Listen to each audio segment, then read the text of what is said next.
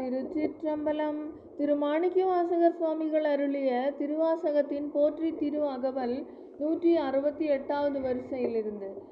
அருளிட வேண்டும் அம்மான் போற்றி, இருள் கெடகருளும் இறைவா போற்றி, தளர்ந்தேன் அடியேன் தமியேன் போற்றி, களம் கொள கருத அருளாய் போற்றி, அஞ்சேல் என்றிங்கு அருளாய் போற்றி, நஞ்சேயமுதாய் நயந்தாய் போற்றி, அத்தா போற்றி, ஐ